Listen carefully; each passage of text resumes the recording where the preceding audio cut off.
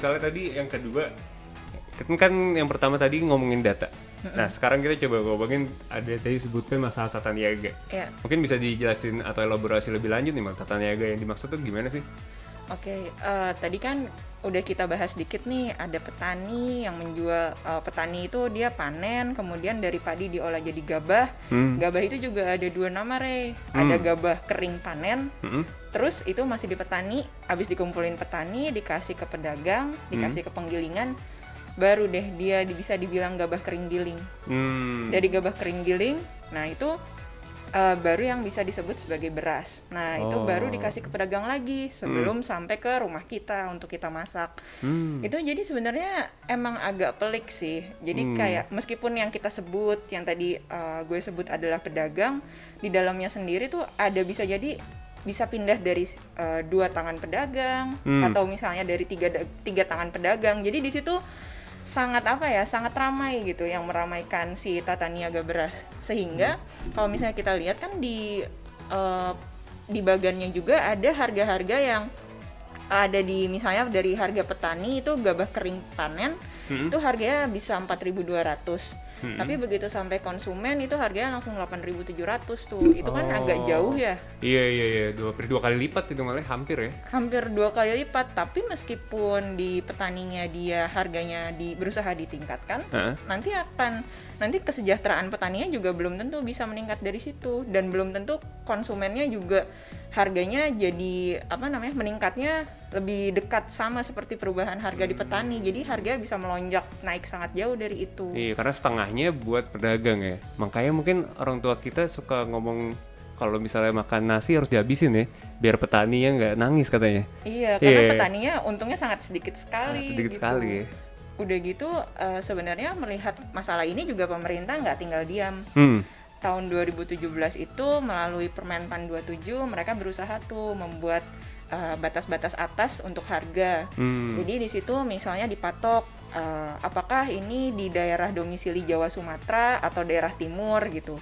Dengan mengkondisikan bahwa daerah timur logistiknya lebih tinggi. Nah, berdasarkan daerah-daerah itu ada misalnya harga bawah 3.700 untuk di sisi gabah kering panen, 8.500 untuk yang kita beli biasa di pasar. Tapi ternyata pada prakteknya itu pemerintah tidak berhasil menjaga harga itu. Karena mereka hanya bisa menjaga jangan sampai melebihi ini, tapi pun kalau melebihi itu ada mekanisme pasar yang tidak bisa dikendalikan. Karena bisa jadi ada pedagang-pedagang itu kan nggak bisa dipegang sama pemerintah. Di sisi lain melengkapi yang tadi grafik yang lo jelaskan juga, Re, itu kan selalu ada gap ya untuk impor. Gap untuk impor itu dikumpulkan berdasarkan ekspektasi. Jadi bukan cuma data bahwa petani akan panen, ekspektasi petani akan panen, tapi ekspektasi akan konsumsi.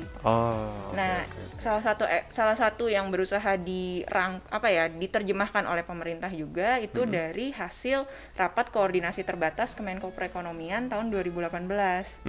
Di situ dibilang pemerintah itu harus selalu punya 1,5 juta ton beras sebagai aron stok di Bulog. Nah, permasalahannya kemarin itu kan harusnya Bulog ya yang merasa Bulog yang merasa kekurangan gitu. Tapi di sini Menko Perekonomian dan Menteri Perdagangan justru lebih merasa wah ini situasinya lebih gawat, padahal Bulog dan Kementannya enggak kok, nanti begitu panen akan ada gitu. Jadi itu yang menyebabkan orang-orang justru jadi dilema gitu. Dan di sini jadinya selain impor dilihat ketika masalah impornya ini bermasalah atau tidak, pengumuman impornya juga bisa berdampak pada panen, Ray. Karena ketika pemerintah justru ingin impor tapi bersamaan dengan panen, itu harga gabahnya bisa jatuh. Jadi kebanyakan supply malah ya. Oversupply. Dan sehingga sampai ketika akhir Maret itu kan Presiden Jokowi juga yang tadi lo bilang langsung turun untuk meredakan ketegangan. Udah, kita nggak akan impor lagi sampai Juni gitu. Jadi di situ untuk menertibkan masalah tata niaga itu lebih baik pemerintah itu melihat ada tangan-tangan yang sangat banyak itu di sisi pedagang untuk jangan sampai terjadi kartel, karena kartel itu bisa mendorong harga menjadi sangat tinggi gitu.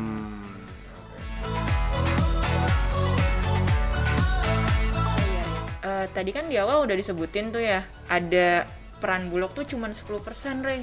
Terus itu peran yang segitu kecilnya tuh kenapa sih bisa kayak gitu, Rey? Nah, sebenarnya kalau kita lihat dari datanya nih Mal ya, berdasarkan data dari Australia Indonesia Partnership for Rural Economic Development atau IAP Rural, jadi pada tahun 2017 itu Bulog hanya memiliki kurang dari 10% pangsa pasar komoditas beras di Indonesia. Di seluruh Indonesia nih, Rey? Di seluruh Indonesia untuk khusus beras. Nah, jadi 10% ini sebenarnya bukan tiba-tiba Bulog mengalami penurunan kinerja, tapi karena kalau kita lihat sebelumnya di zaman reformasi itu ada letter of intent dari IMF, di mana IMF ini ingin memberikan bantuan kepada Indonesia yang mengalami krisis moneter waktu itu, tapi dengan syarat. Syaratnya adalah salah satunya ada pengurangan Bulog dari waktu itu memonopoli komoditas pangan di Indonesia, diubah menjadi perdagangan bebas untuk komoditas pangannya, sehingga Bulog memiliki saingan-saingan baru nih Mal. Jadi tidak lagi menjadi pemain utama atau pemain satu-satunya. Nah, berangsur-angsur mungkin sekitar 20 tahun kalau data ini 2017 ya. Jadi sekitar 20 tahun setelahnya Bulog semakin terdepresiasi atau menyusut pangsa pasarnya menjadi 10%. Ya, dan yang terakhir kalau ngeliat pangsa pasar ini dan kewenangan yang semakin tergerus, jadi peran Bulog yang zaman dulu bisa untuk mengintervensi harga, membuat stabilitas harga beras di pasaran karena cuma 10%. Sekarang sifatnya Bulog itu hanya lebih kepada public stockpiling. Jadi seperti yang lu jelaskan tadi, ada dibutuhkan iron stock untuk beras di Indonesia sebesar 1,5 juta ton.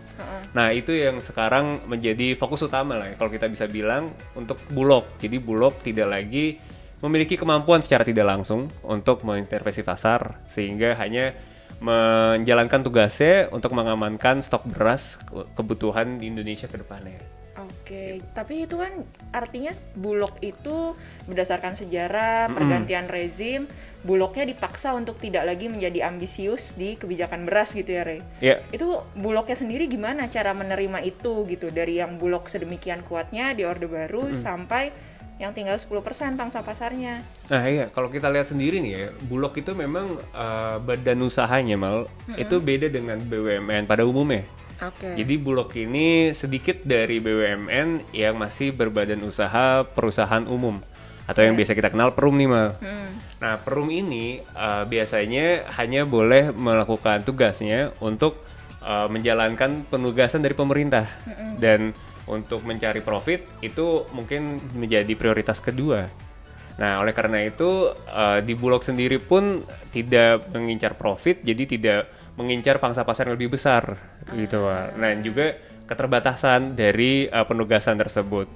Penugasan sendiri ini kan datangnya dari APBN nih Mal. Biasanya untuk Bulog mau impor datang dari APBN.